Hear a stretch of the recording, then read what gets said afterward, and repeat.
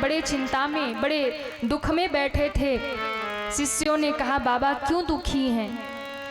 कहा, बेटा मैं जगत के मंगल के लिए यज्ञ करता हूँ, जगत के मंगल के लिए अनुष्ठान करता हूँ, पर ये निशाचर मेरा यज्ञ पूरा होने नहीं देते, तो अब क्या करेंगे? विश्वामित्र बाबा ने कहा, धरती पर भगवान अवतरित हो गए हैं, मैं जाऊंगा दशरथ जी के द्वार पे, राम जी को मांग करके लाऊंगा, और जब राम को मांग करके लाऊंगा तब मेरा ये अनुष्ठान पूरा हो जाएगा, क्योंकि अब तो इस यज्ञ को भगवान ही पूरा करेंगे। ये कह करके विश्वामित्र बाबा चल पड़े राम जी को मांगने अयोध्या की ओर, और मन में सोचते जा रहे, राम को मांग कर लाऊंगा, मेरा सब मनोरथ पूर्ण हो जाएगा, राम मिल जाएंगे तो मेरा जीवन सफल हो जाएगा। ये सोच करके विश्वामित्र बाबा सीधे दशरथ जी के द्वार पे और जाके कहा, जाओ महाराज को सूचना दे दो कि द्वार पर गांधी तने बक्सर से विश्वामित्र बाबा पधारे हैं। दूत दौड़ा दौड़ा आया, महाराज बक्सर से गांधी तने विश्वामित्र बाबा पधारे हैं। दशरथ जी ने सुना तो सुनते ही एकदम टेंशन में आ गए। दशरथ जी माथे पर पसीना की बूंदे, हृदय धड़कने लगा, थर थर कांपने लगे। तो किसी ने कहा कि द्वार पर महात्मा तो बड़े सौभाग्य से आता है, संत बुलाने से आए तो भाग्य है, और बिन बुलाए संत महात्मा द्वार पर आ जाएं तो ये परम सौभाग्य है। पर दशरथ जी को स्वागत करना चाहिए। क्या आगे पीछे कर रहे महाराज? महात्मा द्वार पे स्वागत करना चाहिए। तो दशरथ जी महाराज इतने दुखी क्यों हो रहे हैं? तो कहा, एक कारण है। कारण क्या है? बोले दशरथ जी बैठे बैठे विचार करने लगे। दशरथ जी सोचने लगे, ये विश्वामित्र महात्मा जो है ना, बड़े खतरनाक है, ये जल्दी आते नहीं है, और आते हैं तो कोई ना कोई करामात करके ही जाते हैं। एक बार आए थे जब हमारे यहाँ हरिश्चंद्र हुए थे। अच्छा, एक खासियत और है, ये आते भी तब है जब हमारे वंश में कोई चंद्र नाम का राजा होता है। एक बार हरिश्चंद्र हुए थे तब ये बाबा जी आए थे, और बीच में फिर नहीं आए। इतने दिनों बाद फिर रामचंद्र आए तो फिर बाबा जी आ गए। तो दशरथ जी के चिंता का कारण क्या है? दशरथ जी ने सोचा कि हरिश्चंद्र के जमाने में आए थे तो हरिश्चंद्र को तो ले जाके बनारस में बेच दिया। गंगा के घाटों पर डोम राजा के घर में ले जा करके बेच दिया। रानी बिक गई, राजकुमार बिक गए, राजा खुद बिक गए। ऐसे खतरनाक महात्मा है। तो दशरथ जी आज घबराए। दशरथ जी को लगा कि उस समय हरिश्चंद्र के जमाने में आए तो हरिश्चंद्र को बनारस में बेच दिया, और इतने साल बाद रामचंद्र के समय में आए तो कहीं रामचंद्र को ले जाकर उमरिया में न बेची हमें। ये सोचकर दशरथ जी घबराए। पर अब घबराने से क्या होगा, दरवाजे पे तो आ ही गए हैं, स्वागत तो करना ही है। दौड़े, और दौड़े तो महाराज अकेले नहीं गए, बहुत सारे पंडित जी लोगों को बुला लिया और कहा, जोर जोर से मंत्र बोलो, वेद पाठ करो, और ऐसा जोरदार स्वागत करो कि अगर राम को मांगने भी आए हो तो बाबा भूल जाए। तो गोस्वामी जी ने लिखा, मुनिया गमन सुना जब राजा, मुनिया गमन सुना जब राजा, मुनिया गमन सुना जब राजा, मुनिया गमन सुना जब राजा, मुनिया गमन सुना जब राजा, मुनिया गमन सुना जब राजा, मिलन गया हूँ ले विप्र समाजा, मिलन गयूं ले विप्र समाजा, मिलन गया हूँ ले समाजा मिलन गयऊं ले विप्र समाजा। बाबा कहते हैं जैसे ही सुना तो दशरथ जी अकेले नहीं गए, मिलन गयऊं ले विप्र समाजा। एक होता है समाज, पर यहाँ समाजा यानी बहुत भारी संख्या में। मिलन गयऊं ले विप्र समाजा, समाज नहीं पूरा समाजा बुला लिया है। और कहते जोरदार वेद पाठ करो, बाबा भूल जाए कि हम क्या मांगने आए थे। जोरदार स्वागत हुआ, आसन पे बिठाया, चरण धोया, आरती उतारी, हाथ जोड़ लिया। के ही कारण आगमन तुम्हारा, बाबा किस कारण से आपका आगमन हुआ। विश्वामित्र बाबा ने सोचा आप पूछ रहे हैं तो बता देना चाहिए, तो तुरंत बोल गए, राजन असुर समूह सतावहि मोही, मैं जाचन आयो नृप तोही। असुर लोग मुझे सता रहे, मैं कुछ मांगने आया हूँ आपके द्वार पे।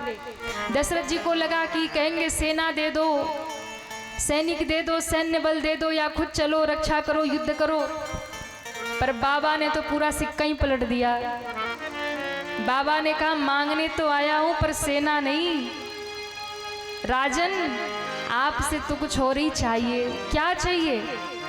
अनुज समेत देहु रघुनाथा, अनुज समेत देहु रघुनाथा, निशिचर बध में हो बसना था, निश्चर बध में हो बसना था। चौथे पन पायहु सुतचारी, चौथे पन पायहु सुतचारी, चौथे पन पायहु सुतचारी, चौथे पन पायहु सुतचारी। विप्र बचन नहीं कहे हो बिचारी, विप्र वचन नहीं कहवो बिचारे, कहे हो बिचारी। कहे वो बिचारे, कहे वो बिचारे। तो बाबा ने कहा महाराज हम आपके दरवाजे पर मांगने आए हैं, क्या? अनुज समेत देहु रघुनाथा, मुझे राम चाहिए, और राम अकेले नहीं चाहिए, अनुज के सहित चाहिए। अब यहाँ समझने वाली बात है कि राम जी के अनुज हैं कौन। अनुज का अर्थ होता है छोटा भाई, अनुज का अर्थ होता है छोटा भाई। तो छोटे भाई राम जी के कौन कौन हैं?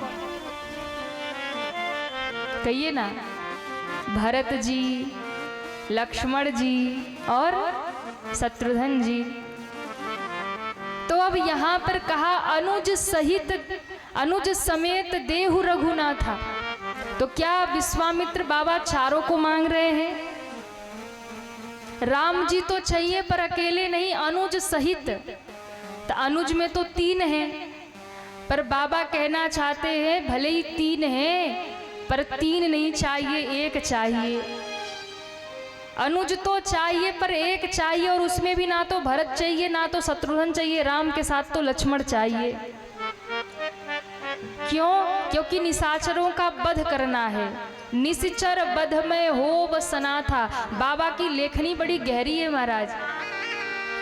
रामचरितमानस एक ऐसा ग्रंथ है, आज तक किसी ने आर पार इसका पाया नहीं।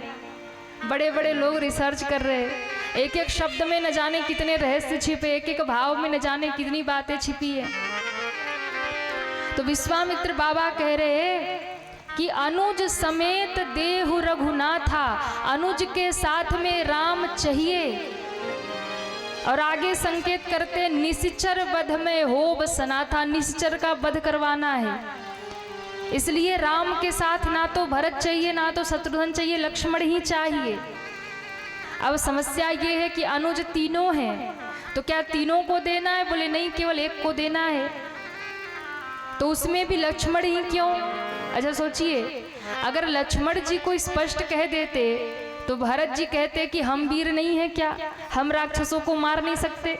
शत्रुघ्न जी कहते मेरा नाम ही गुरुदेव ने कहा था, जाके सुमिरन तेरी पुनासा, मेरे तो सुमिरन से ही राक्षस मर जाते हैं, तो क्या मैं वीर नहीं, मैं नहीं मार सकता। लेकिन विश्वामित्र बाबा कहना चाहते हैं कि मुझे निशाचरों का वध करना है और उसके लिए लक्ष्मण चाहिए। तो ये बात स्पष्ट कैसे होगी कि लक्ष्मण ही चाहिए? क्योंकि भगवान राम ने अपने मुख से स्वयं कहा है कि इस धरती पर जितने निशाचर हैं, लक्ष्मण उन्हें क्षण मात्र में मार सकते हैं। सुंदरकांड में कथा आती है, राम जी ने स्वयं अपने मुख से कहा है कि इस धरती पर जितने निशाचर हैं, लक्ष्मण हनई निमिष महु तेते, जग महु सखा निशाचर। विभीषण जी से कहते हैं, राम जी हे सखा, जग महु सखा निशाचर जेते, इस संसार में जितने राक्षस हैं उन सबको लक्ष्मण हनई निमिष महु तेते। निमिष का अर्थ समझते हैं? निमिष का अर्थ होता है ये पलके जब झपती हैं, पलके गिरती हैं और उठती है, इतने ही समय को निमिष कहते हैं। इतने समय में ही लक्ष्मण जी सारे सृष्टि के राक्षस को मार सकते हैं। क्यों? लक्ष्मण हनई निमिष महु तेते, क्योंकि लक्ष्मण जी हैं कौन? शेषनाग हैं, काल हैं। ये शेष हैं, ये काल है। और काल जो होता है एक ही मिनट में, एक ही सेकेंड में प्रलय कर सकता है। इसे लक्ष्मण जी काल हैं और एक क्षण में ही वो सारे सृष्टि के राक्षसों को मार सकते हैं। ये वचन राम जी के हैं। और विश्वामित्र बाबा कोई साधारण नहीं है, विश्वामित्र महामुनि ज्ञानी। आपको पता है विश्वामित्र जैसा तपस्वी कोई और नहीं। विश्वामित्र बाबा इतने बड़े तपस्वी हैं कि ब्रह्मा जी तो सृष्टि बना रहे थे, विश्वामित्र जी ने कहा मैं अपनी एक अलग सृष्टि बनाऊंगा। और विश्वामित्र बाबा ने सृष्टि बनानी भी शुरू कर दी महाराज, अपनी एक अलग सृष्टि बनाने लगे विश्वामित्र बाबा। और जब एक अलग सृष्टि बनाने लगे तो ब्रह्मा जी घबरा गए। ब्रह्मा जी ने कहा कि भैया हम तो एक ब्रह्मा ठहरे और ये दूसरे ब्रह्मा कहाँ से प्रकट हो गए। इन्होंने अपने तप के बल से सृष्टि को बनाना शुरू कर दिया। नारियल जो होता है ना, नारियल विश्वामित्र बाबा ने बना दिया। ब्रह्मा जी ने गाय बनाया तो इन्होंने भैंस बना दिया।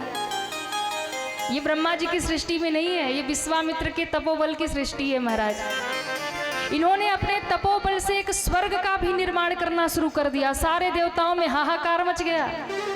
अरे जब ये ही सृष्टि बनाएंगे तो ब्रह्मा जी का क्या होगा। इन्होंने नारियल एक पिंड की रचना की, मैं मनुष्य बनाऊंगा। दूसरे ब्रह्मा ही बन गए और मनुष्य बनाऊंगा, इसलिए इन्होंने एक जटा होती है नारियल में और उसका पिंड बनाया। उसके अंदर जल होता है, जैसे एक माँ के गर्भ की रचना होती है वैसे इन्होंने रचना करनी शुरू कर दी। और आप देखना नारियल में आँख नाक भी बने होते हैं। और जब इन्होंने बनाना शुरू किया तो महाराज बनाते बनाते वो जटा तक पहुँचे थे। इतने में भगवान ने कहा कि अब यही रोक दो अपनी सृष्टि, हमने एक ब्रह्मा प्रकट किया है, उनको चलाने दो, आप बंद रखो। और महाराज वही नारियल की उत्पत्ति हुई। और इसलिए नारियल भगवान के पूजन में उपयोग किया जाता है। नारियल फोड़ा जाता है, उसकी बलि एक प्रकार से भगवान को समर्पित की जाती है। जो लोग जीव हत्या करते हैं ना और कहते हैं कि हम बलि दे रहे, ये बहुत गलत है। आपको बलि देनी है तो नारियल की दे दो, कुम्हड़े की दे दो, इन सबका विधान है। पर हम जीव हत्या करते हैं और वो करते क्यों हैं? भगवान का नाम लेते हैं पर स्वार्थ अपना होता है। कहीं शास्त्र में नहीं लिखा है जीव हत्या करने से भगवान प्रसन्न होते हैं या माँ भगवती प्रसन्न होती है, पर बड़ी संख्या में ये सब हो रहा है। तो ये दूसरे ब्रह्मा बन गए थे अपने तपोबल से, इतने तपस्वी महात्मा है, इतने ज्ञानी हैं। तो इन्होंने कहा महाराज अनुज समेत देहु रघुनाथा, निश्चर बध में हो बसना। और इतना जब सुना दशरथ जी हाथ जोड़ के चरणों में गिर गए, बाबा चौथे पन पायों सुत चारी, विप्र वचन नहीं कहूं बिचारी। विचार तो करिए, 4 बेटे हुए चौथे पन में, और आप उसमें से भी 2 को मांग रहे तो कैसे दे दूंगा। आप मेरी सारी सृष्टि, आप मेरा सारा राज्य ले जाओ, भूमि ले जाओ, राजकोष ले जाओ, गाय ले जाओ, जो कहें आप मैं दे दूंगा, यहाँ तक कि अपने प्राण दे दूंगा, शीश दे दूंगा, पर राम देत नहीं बनत गोसाई। सबने उछावर करने को महाराज तैयार है, पर राम को नहीं दे सकता। और दशरथ जी ने जब देखा कि महात्मा मानने को तैयार नहीं, भागे भागे वशिष्ठ जी के पास गए और कहा महाराज आप ही कुछ करिए। वशिष्ठ जी ने कहा एक बात बताओ, क्या मांग रहे? बोले राम को मांग रहे। राम को मांग रहे तो जल्दी से दे दो। अरे बाबा आप भी वही कह रहे, कैसे दे दूं राम को? बोले एक बात बताओ, राम को क्यों नहीं देना चाहते? दशरथ जी ने मन की बात गुरु जी को बताई। कहा बाबा हम सोच रहे राम थोड़ा बड़ा हो जाए, ब्याह हो जाए, बहू आ जाए, फिर राम को जहाँ जाना हो जाए। अच्छा तो आपको बहू चाहिए? बोले हाँ। तब एक काम करो जल्दी से राम को दे दो। क्यों? बोले राम के लिए बहू ना आप ढूंढ पाएंगे ना हम ढूंढ पाएंगे, राम जैसे बेटे के लिए बहू तो विश्वामित्र जैसा महात्मा ही ढूंढ कर लाएगा। तब वशिष्ठ बहु विधि समझायो। बहु विधि माने बहुत विधि से नहीं, तब वशिष्ठ बहु विधि समझावा, यानी बहू आने की सब विधि समझावा। राम जाएगा अकेला पर लौटेगा तो अकेला नहीं होगा, बहू लेकर आएगा। दशरथ जी बड़े खुश हुए, दौड़े दौड़े महल में गए और कहते अरे महारानी जल्दी राम को तैयार करो, लक्ष्मण को तैयार करो। क्यों? क्योंकि बाबा जी आए हैं राम को लेने, बाबा लेके जाएंगे। माताएं रुष्ट हो गई, कौशल्या कैकेयी मैया कहती हम तो नहीं जाने देंगे। महाराज आपकी हिम्मत कैसे, हमारे राम को बाबा जी को दे रहे हो, हम अपने राम को किसी बाबा बाबा को नहीं देंगे। दशरथ जी ने कहा सुनो तो गुरु जी ने क्या कहा। बोले क्या कहा? बोले राम जाएगा अकेला पर जब आएगा तो बहू लेकर आएगा। कैकेयी मैया, कौशल्या मैया, सुमित्रा मैया एकदम खुश हो गई। अच्छा सच में? बोले गुरु जी ने कहा है तो सच ही कहेंगे, गुरु जी झूठ थोड़ी बोलेंगे। राम को भेज दो, बहू लेकर आएगा। तो कैकेयी मैया ने दशरथ जी को कहा महाराज बाबा से कहो ना अगर ऐसी बात है तो चारों को ले जाए, 4 बहू आएगी। दशरथ जी ने कहा पहले 2 को तो भेजो। अच्छा माताएं जो होती ना, बहू के नाम पे चेहरा खिल जाता है। हाँ, हर मैया को आस होती है बहू आए और हम सास बन जाए। और आने के बाद भले ही घर में रोज अथ श्री महाभारत कथा, लेकिन आने के पहले तो ऐसा रसगुल्ला मिलता है। हाँ? बहू का नाम ले लो एकदम मैया खुश हो जाती है, लेकिन बहू आने के बाद बोले फिर रोती रोती घूमती है। अरे बहन क्या बताऊं। और आजकल तो जमाना और खराब हो गया, आजकल की बहुएं और खतरनाक है। माताओं को बड़ी आस होती हम कब सास बन जाए। अच्छा सास का मतलब क्या है? अच्छा कितनी मैयाएं हैं जो सास बन गई हैं, वो हाथ उठाएं। और कितनी है जो बनने वाली है।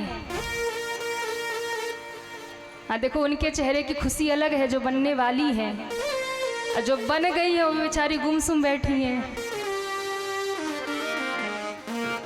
सास का मतलब पता है?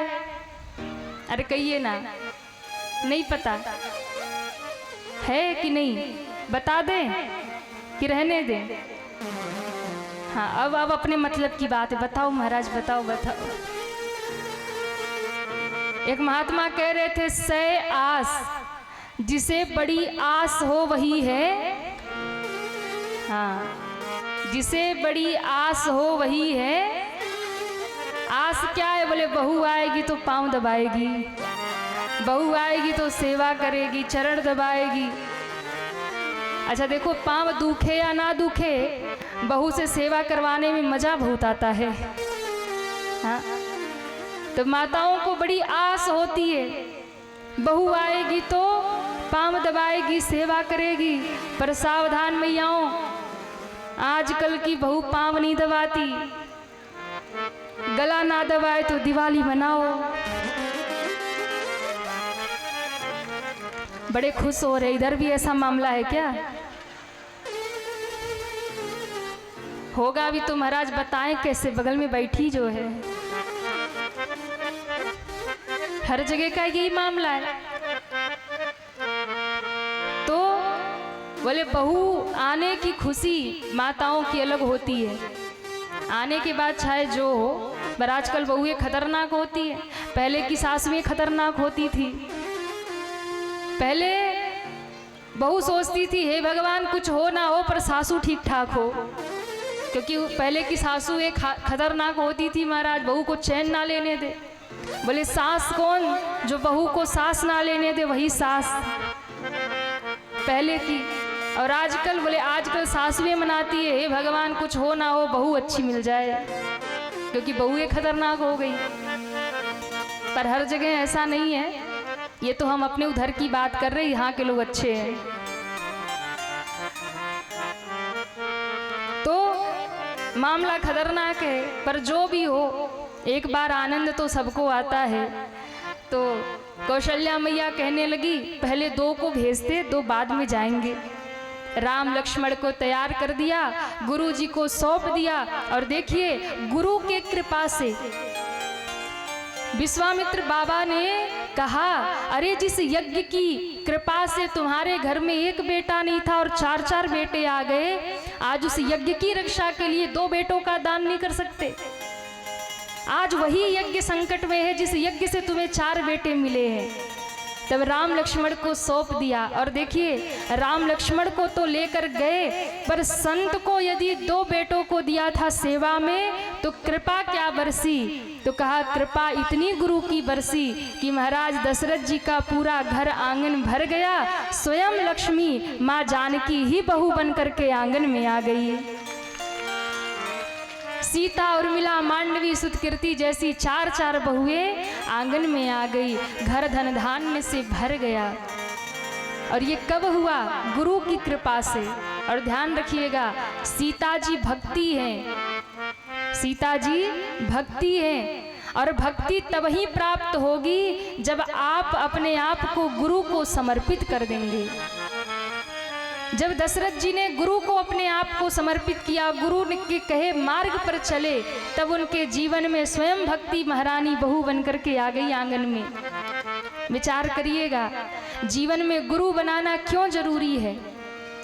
जीवन में गुरु जरूर धारण करिए, क्योंकि बिना गुरु धारण किए किया हुआ धर्म सत्कर्म पूजा पाठ सफल नहीं होता। आप बिना गुरु बनाए भजन करो, दान करो, सत्कर्म करो, फलित नहीं होगा। फलीभूत कब होगा? जब आप गुरु धारण कर लेंगे। इसलिए किसी योग्य गुरु की शरण में जाकर के मंत्र ग्रहण करिए, किसी गुरु को धारण करिए। और देखिए जब गुरु जीवन में आएंगे तो आपका किया गया दान सत्कर्म पूजा पाठ सब सफल हो जाएगा, सब भगवान के पास जमा होगा। और बिना गुरु के यदि आप भजन कर रहे हैं, दान कर रहे, धर्म कर रहे, तो वैसे ही हो रहा जैसे अंधेरे में तीर चलाना हो गया।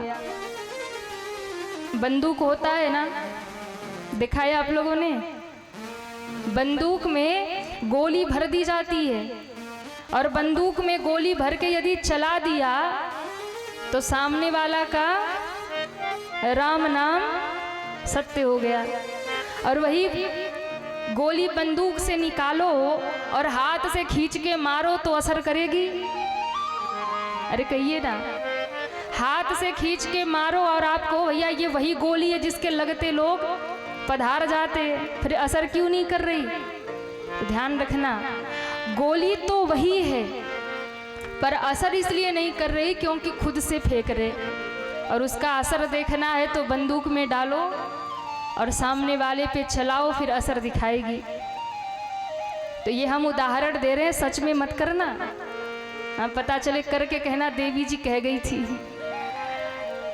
तो गोली असर तब करती है जब बंदूक में डाली जाती है। शास्त्रों में मंत्र बहुत है, नाम बहुत है, भगवान का नाम वही आप रटते हो, लेकिन वही नाम वही मंत्र जब गुरु के मुख से निकलता है और हमारे कान में पड़ता है तो हम गुरु मुख हो जाते हैं। वही मंत्र आप खुद से रोज जपते रहो, उसका असर नहीं होगा, लेकिन वही मंत्र अगर गुरु के द्वारा मिल गया और उसका आप जप करोगे तो एक एक नाम आपका भगवान के चरणों में इकट्ठा हो जाएगा।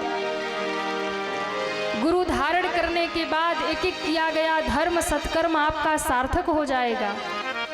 इसलिए जीवन में गुरु जरूर धारण करिए। बिना गुरु के किया गया पूजा पाठ दान धर्म सत्कर्म सफल नहीं है। और जब आप गुरु धारण कर लेते हो, आप जो भी करोगे सब आपका सुरक्षित भगवान के चरणों में इकट्ठा होते रहेगा। और वहां जब पहुंचोगे तो वही पूंजी आपके काम आएगी। इसलिए गुरु बहुत जरूरी है धारण करना, क्योंकि गुरु ही आपको हर कदम पे रास्ता दिखाएंगे, आपको चलना कैसे है। गुरु आपको बताएंगे आपके इष्ट देव कौन है, गुरु आपको बताएंगे आपको पूजा कैसे करना है। आजकल माताएं 4-4 घंटे बैठी पूजा करती हैं। एक जगह हम गए तो मैया ने पूरा घर दिखाया और दिखाते दिखाते ले गई पूजा रूम में। बोली ये हमारा पूजन कक्ष है, आप बताओ कैसा बना। हमने देखा ऊपर से नीचे तक भगवान ही भगवान लटक रहे। हमने कहा इनमें से मेन भगवान कौन से हैं? मैया ने कहा वो तो नहीं मालूम, पर 4 घंटे लगते हैं सुबह एक एक को भोजन कराना नहलाना। हमने कहा कभी गलती से एक आध छूट गए तो नाराज भी होते होंगे। मैया चुप हो गई। तो क्या करूं? हमने कहा ऐसे नहीं होना चाहिए। गुरु इसीलिए जरूरी है क्योंकि गुरु आपका मार्गदर्शन करते हैं, किसकी पूजा करनी है किसकी नहीं करनी है, कौन आपके इष्ट देव होंगे।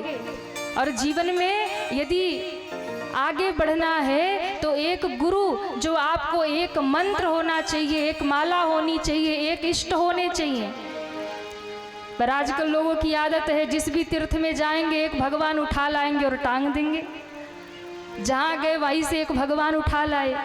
वृंदावन गए तो लड्डू गोपाल ले आए, अयोध्या गए तो राम जी ले आए, जगन्नाथपुरी गए तो वहाँ से जगन्नाथ भगवान को उठा लाए।